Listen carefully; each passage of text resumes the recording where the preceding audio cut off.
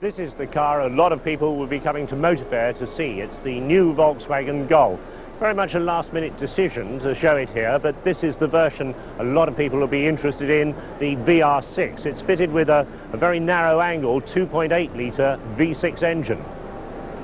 How have they crammed such a lot of litres under the Golf bonnet? Well, the answer is in the narrow angle of the V. There's only one cylinder head, and yet the engine is no longer than a conventional 4. Now, the result is a very smooth and powerful little car that's very different in character to the Volkswagen Golf GTI. In fact, the company says it creates a new class of car that's going to wean executives out of their big fat Audis.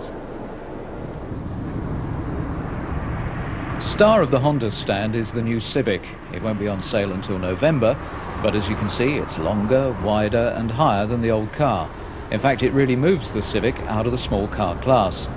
It comes as a 3-door hatchback, which I'm driving, or as a 4-door saloon. Fuel-injected 16-valve engines with catalysts are standard across the range. There's also the option of an airbag on the top-line model. Industry engineers are particularly interested in the revolutionary V-Tech engine in one of the models.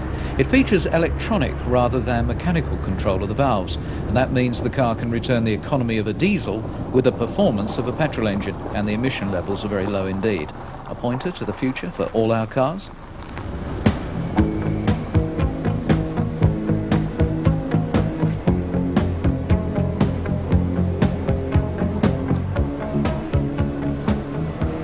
Also new to the UK is the Audi A80. It's got a restyled rear end, answering criticism about the very small boot on the old car, particularly in the Quattro version. Now the rear seats fold forward. As you can see, there's a huge boot area, big enough to take this brochure that tells you about the completely baffling range of engines and options that you get in the Audi 100 range. There's a 4-cylinder, there's a 5-cylinder turbo and V6 front-wheel drive and 4-wheel drive. There's automatic 5- and 6-speed gearboxes, and prices that go from £18,000 to £34,000. I don't know who I feel more sorry for, the salesman who's got to explain that lot, or the poor chap in the parts department that's got to keep all the models on the road. Anyway, weighing in at a mighty 33,000 behind me, it's new to the UK, the Audi 100 estate car. And this has got some very strong selling points for both the performance driver and the environmentalist. 230 horsepower engine, a 6-speed manual gearbox, of course got the Quattro 4-wheel drive system, and ABS is standard. Indeed, ABS is standard on all models in the Audi range. Other manufacturers note. For the environmentalist, there's good news that 80% of the components that go into the Audi 100 are made from recycled material. So this car behind me has had a previous life somewhere else. Well, it's not just the Germans who are into recycling. Citroën have a test plant currently recycling 100% of old cars, and they paid particular attention to recycling in this, their latest model, the XM Estate. That's the V6, but this, the 2-litre injection, is likely to be the volume seller of the range. This, of course, is the latest in a long line of Citroën estates going back to the CX and the DS before it. Very low loading platform always, and with the hydropneumatic suspension, you can drop the whole car even lower if you've got a very heavy load to get into the back. Once it's in, the car stays level when you're driving along, even with 2/3 of a ton in the back.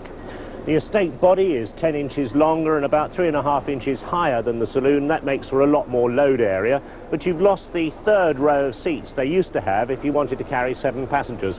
That market's gone to the people carriers, but there's still plenty of room in here to stretch out if your feet are getting as tired as mine are walking around this show. Oh, that's better.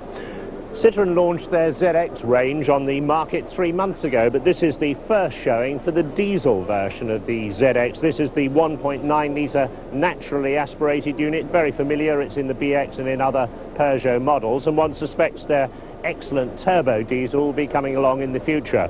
Of course, diesel is the fastest growing sector of the market at the moment, and the fleets are becoming very interested in it. The company tips the ZX to do very well there.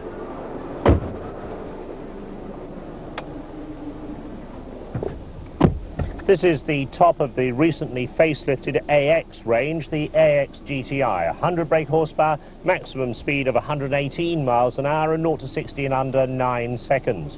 This is precisely the sort of car that the insurance industry is getting so worried about, and insurance premiums for this and others like it are going to go up substantially in the very near future.